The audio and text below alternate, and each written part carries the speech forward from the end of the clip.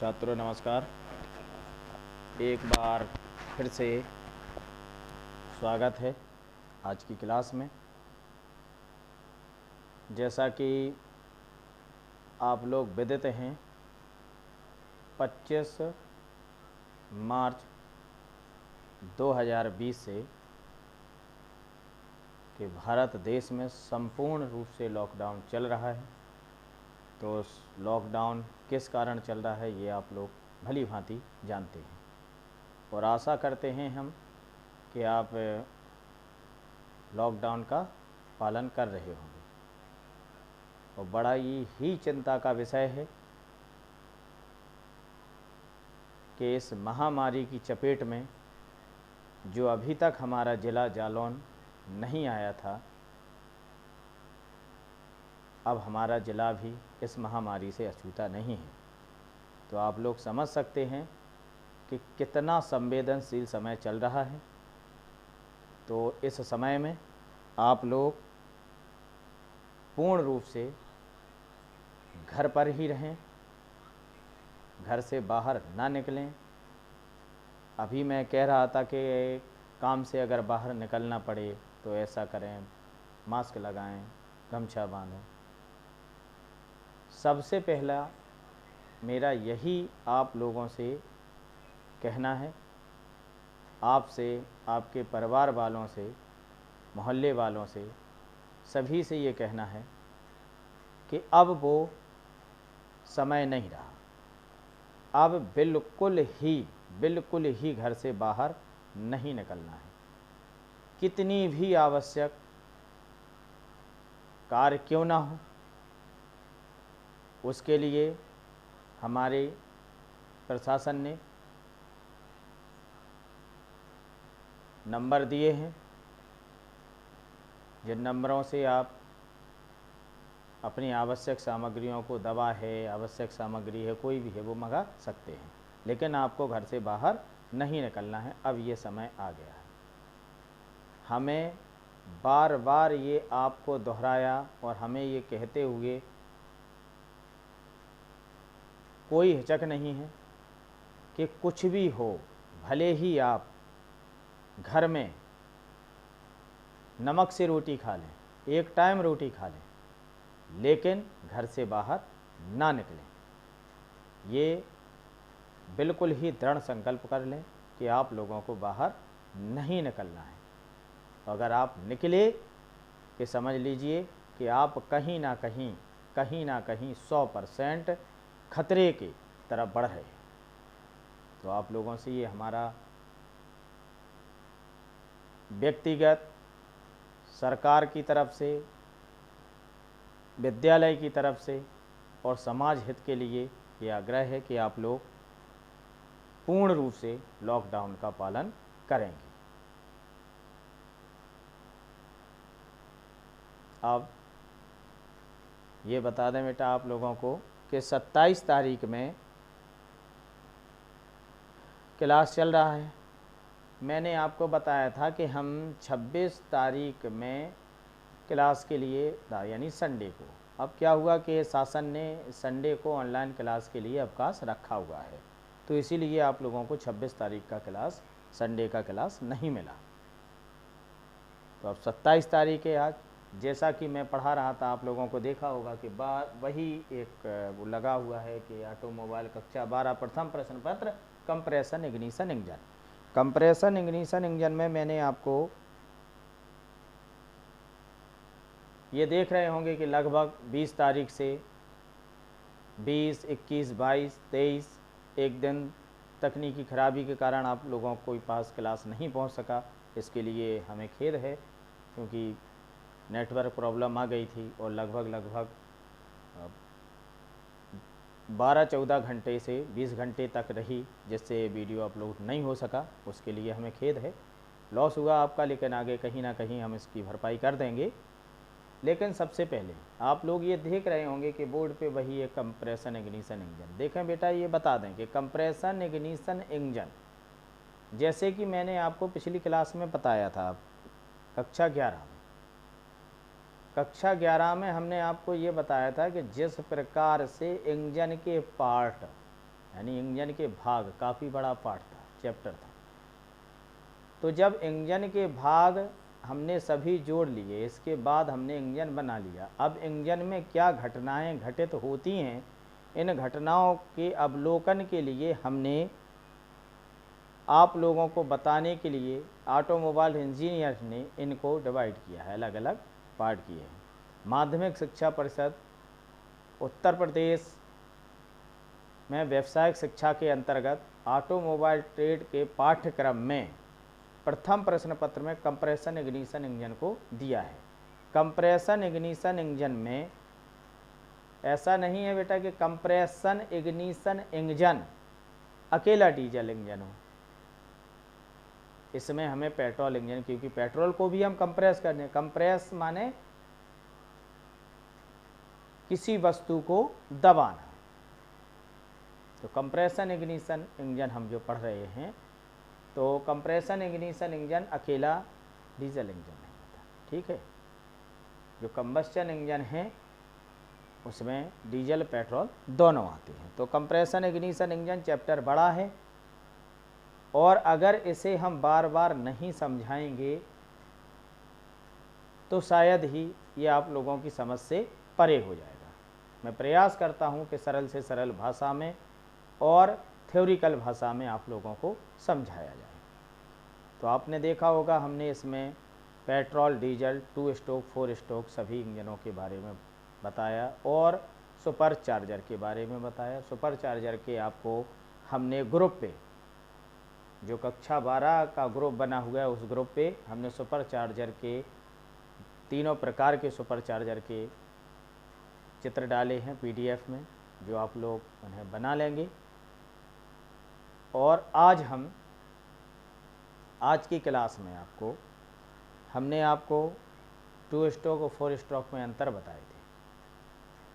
आज की क्लास में आप लोगों को सबसे पहले मैं ये बता दूं कि जिस प्रकार से 2 स्ट्रोक 4 स्ट्रोक में अंतर पूछे जाते हैं, या 2 स्ट्रोक 4 स्ट्रोक इंजनों में क्या अंतर है, या बनावट में क्या अंतर है, या कैसे कार्यविधि क्या है, ये पूछे जाते हैं, ऐसे ही कंप्रेशन इग्निशन इंजन में और स्पार्क इग्निशन इंजन में या पेट्रोल इंजन में आपसे अंतर पूछे जाएंगे। तो आपको अंतर मैंने आपको बताए थे अंतर हमने आप लोगों को बताए थे कि नंबर 1 सबसे पहला स्ट्रोक कौन सा होता है, सक्शन स्ट्रोक। तो सक्शन स्ट्रोक में कंप्रेशन इग्निशन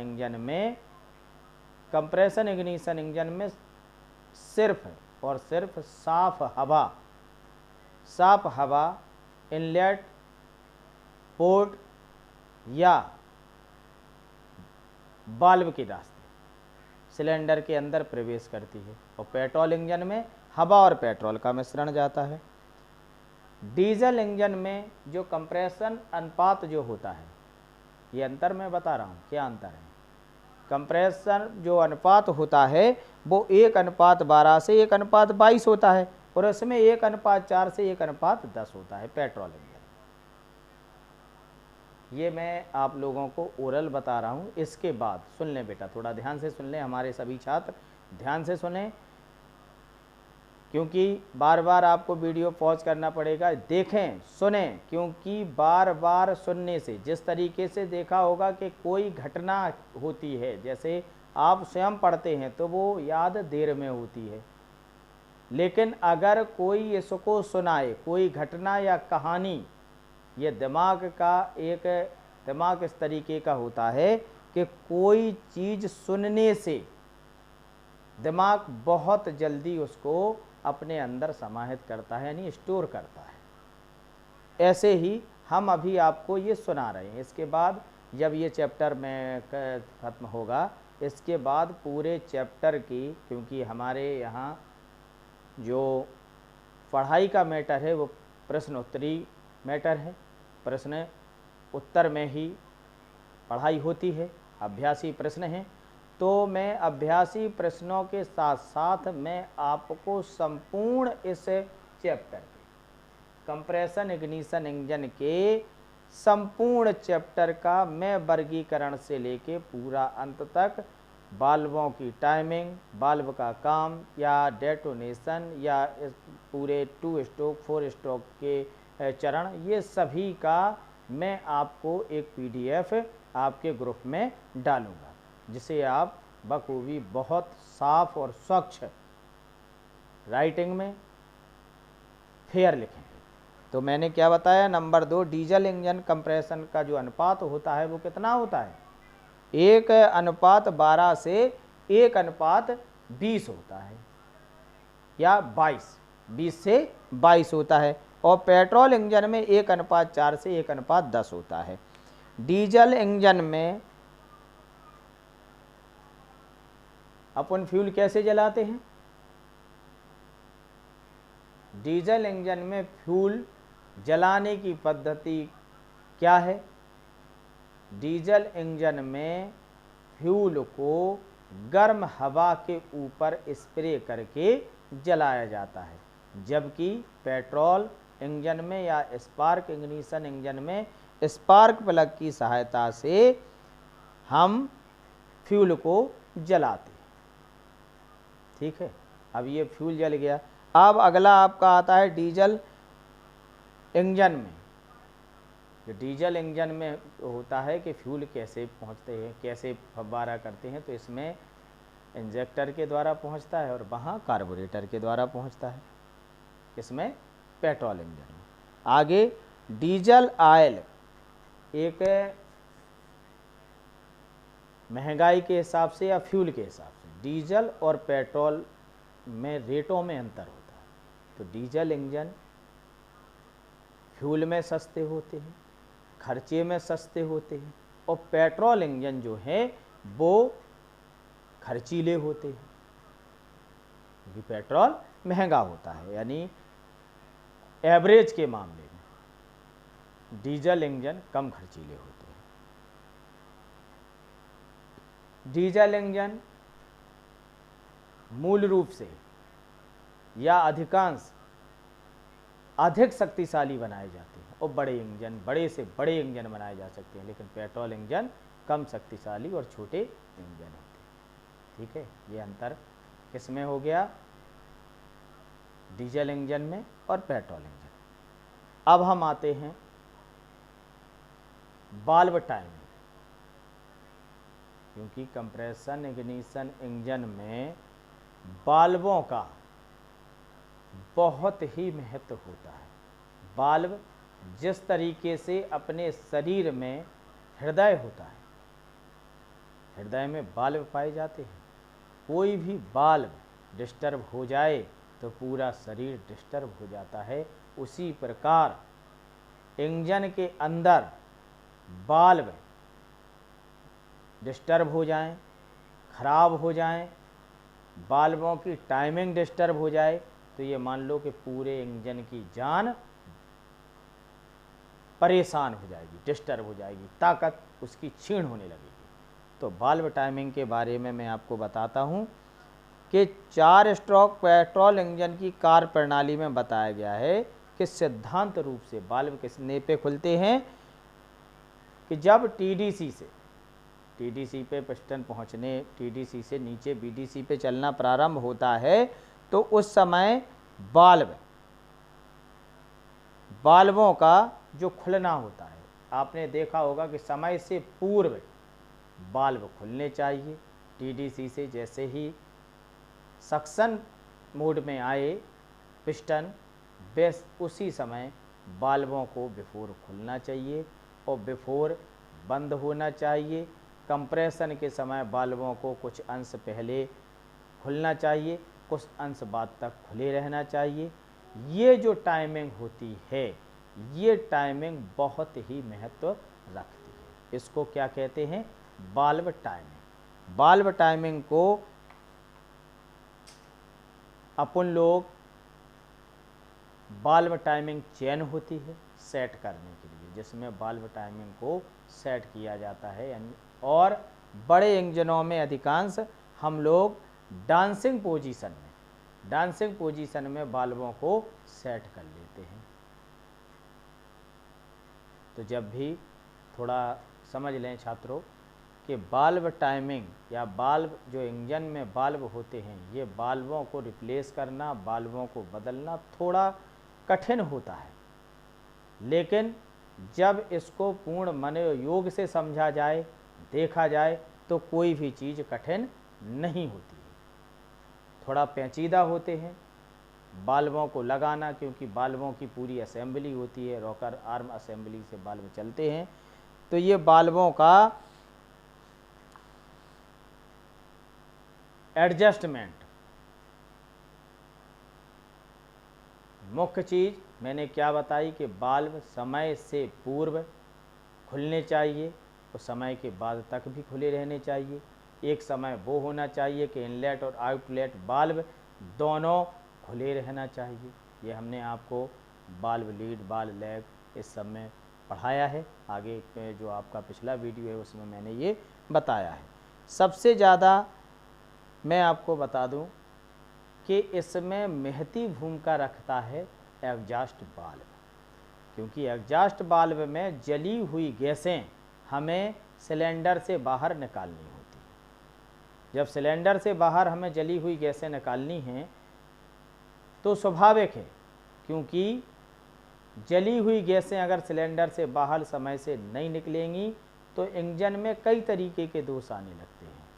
इंजन अति तप्त होने लगता है, इंजन मिसिंग करने लगता है, इंजन में कार्बन जमने लगता है, इंजन का फ्यूल जलने की जो पद्धति है वो पूर्ण रूप से डिस्टर्ब हो जाती है।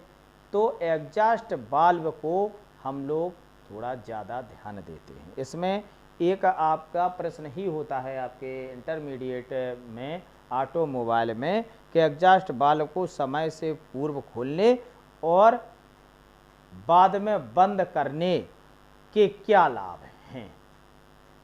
एग्जॉस्ट वाल्व के बारे में ही क्यों पूछा गया, ये थोड़ा ध्यान करें बेटा।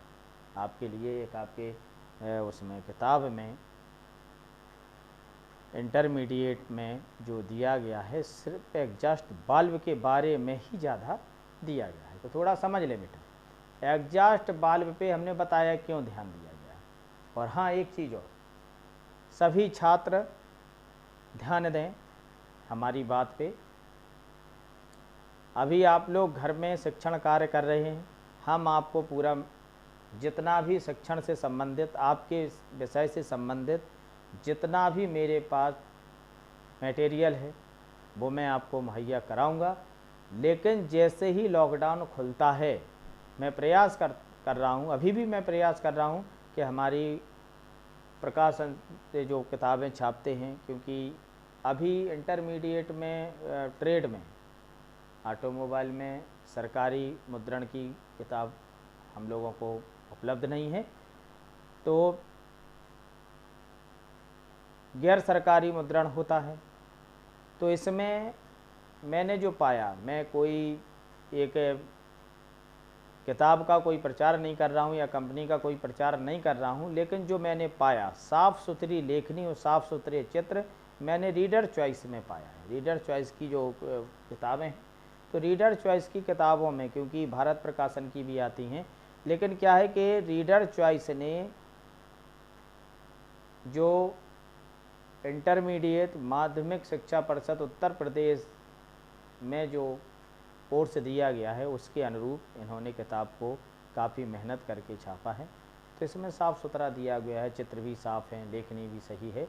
तो मैं इसके लिए सभी छात्रों से कहूँगा कि मैं प्रयास कर रहा हूँ कि आप लोगों के नंबर भी मैंने दे दिए हैं, उनके मेल कर दिया है उन्हें, प्रकाशन वालों को। वो हो सकता है कि आप लोगों से संपर्क करें या लॉकडाउन खुलने के बाद या लॉकडाउन के पहले। मैंने आग्रह किया है प्रकाशन से कि आप लोगों को किताबें लॉकडाउन के समय ही आप लोगों को ये किताबें मुहैया करा दें। प्रयास कर रहा हूँ, लेकिन ध्यान करें कि जैसे ही लॉकडाउन ख़त्म हो जाए, जिस तरीके से लॉकडाउन ख़त्म हो जाए, लॉकडाउन के समय ही आप लोग ये ध्यान करेंगे कि लॉकडाउन के बाद तुरंत ही किताबें परचेज़ कर लेंगे। किताब परचेज़ करेंगे, क्योंकि किताब नहीं है तो आपके लिए ही दिक्कत है। तो इसलिए आप लोगों से मैं ये कहूँगा कि आप लोग किताब को ज़रूर लें और किताब के अनुसार ही अध्ययन करें। उसमें क्या है कि पूरा आपको जो कोर्स है मैं तो बता ही रहा हूँ, लेकिन आपको वो सहायक के रूप में मिलेगा, है ना। तो आप लोग ये चीज़ ध्यान करें। तो मैं क्या बता रहा था, बाल्ब टाइमिंग।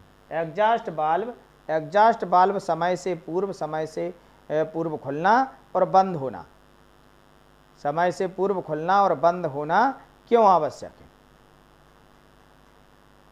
ये मैं आपको बता रहा था। तो एग्जॉस्ट बाल्ब समय से पूर्व खोलने तथा बाद में बंद करने का। तो एग्जॉस्ट बाल्ब को समझ लें थोड़ा बेटा कि अधिकतर इंजनों में, मैं थोड़ा पढ़ के बताता हूँ, अधिकतर इंजनों में एग्जॉस्ट बाल्ब 40 अंश से 65 अंश बीडीसी के पूर्व ही खुल जाता है। कि जब पिस्टन बीडीसी पे 40 से 65 अंश के उस पे होती है तभी एग्जॉस्ट बाल्ब खुल जाता है। और एग्जॉस्ट बाल्ब 45 से 180 यानी 232 अंश तक खुला रहता है, जिससे संपूर्ण जली हुई गैसें बाहर निकल जाएं।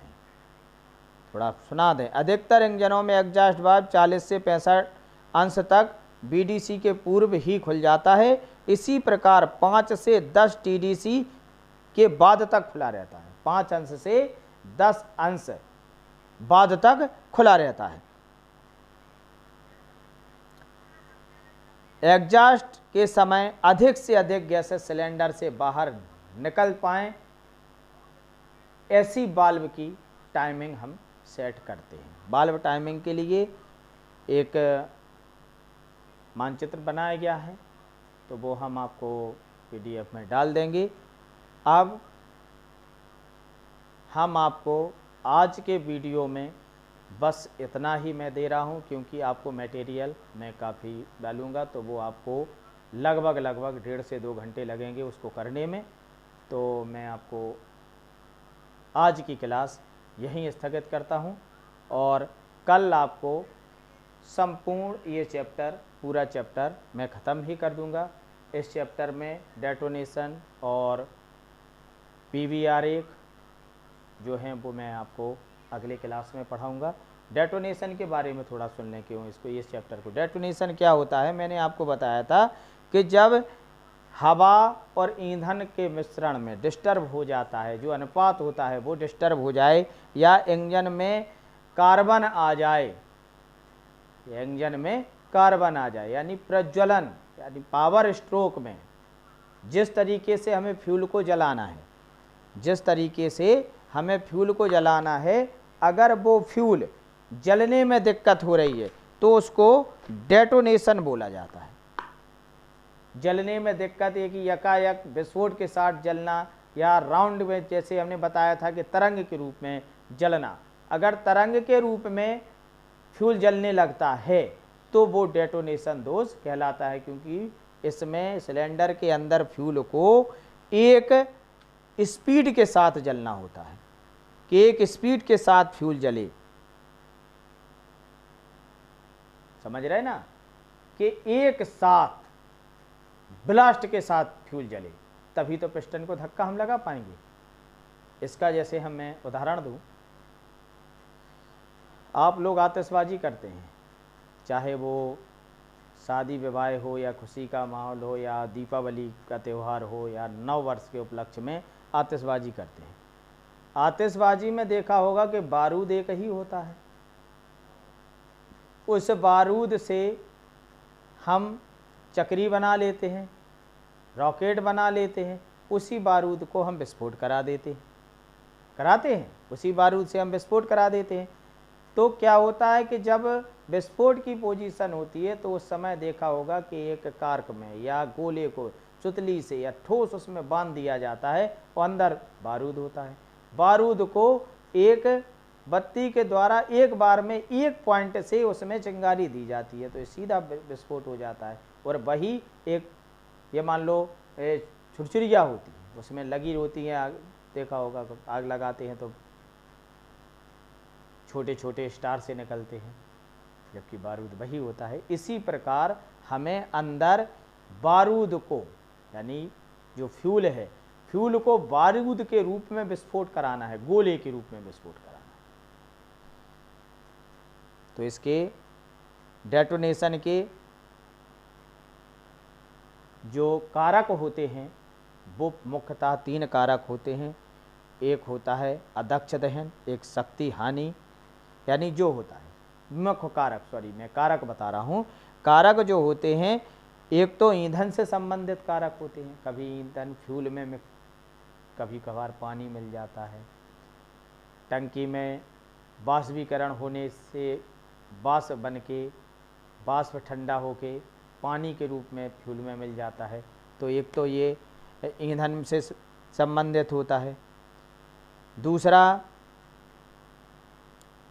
ईंधन के जलने से संबंधित होता है कि ईंधन का प्रज्वलन कार्बन तो नहीं है अंदर, एक तो ये होता है। तीसरा होता है हवा से संबंधित, कि अगर कहीं से जो वायु का मिश्रण होता है वो डिस्टर्ब हो जाए तो डेटोनेशन दोष आ जाते हैं। डेटोनेशन के मुख्यतः जो इंजन पे प्रभाव पड़ते हैं वो मुख्यतः 4 तरीके से प्रभाव पड़ते हैं। एक तो अदक्ष दहन, यानी एक होता है दक्ष दहन, एक होता है अदक्ष। या ये मान लो कि अभी हाल मैंने जो उदाहरण दिया कि एक होता है पावरफुल दहन, कि जिसमें विस्फोट एकदम पिस्टन को धक्का लगे, और एक होता है विस्फोट अदक्ष जिसमें पावर कम होती है। नंबर 2 होता है शक्ति की हानि, जब डेटोनेशन होगा तो स्वाभाविक है शक्ति की हानि होगी। नंबर 3 है स्थानक अतितप्त, स्थानक अतितप्त, या जब ये मान लें कि एक तरफ इंजन ज़्यादा गर्म होता है, जो इंजन के यदि सिलेंडर होता है तो सिलेंडर हेड पे जो कंबस्चन चैम्बर होता है तो कंबस्चन चैम्बर एक तरफ ज़्यादा गर्म होने लगता है क्योंकि एक तरफ फ्यूल ज़्यादा जल रहा है। और नंबर 4 है इंजन में यांत्रिक खराबी, इसके कारण इंजन में कई कमियां आने लगती हैं। तो इसलिए डेटोनेशन दोष को हम लोग इसको रोकने के उपाय करते हैं। डेटोनेशन रोकने के प्रमुख उपाय क्या हैं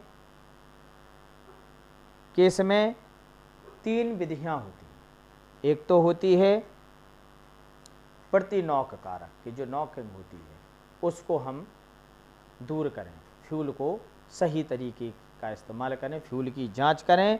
नंबर 2 है कि अपन लोग इंजन का जो होता है वो शीतलन प्रणाली को, यानी कूलिंग सिस्टम जब डिस्टर्ब हो जाता है तब भी डेटोनेशन होने लगता है। नंबर 3 है कि कॉल फैक्टर को कम करना, कि जो जिस तरीके से अपन लोग स्पार्क देते हैं एकदम तेज चिंगारी, तो उसका पावर को कम करना, ये डेटोनेशन को दूर करने के उपाय हैं। आगे हम इसको विस्तार से कल के अपनी क्लास में पढ़ाएंगे।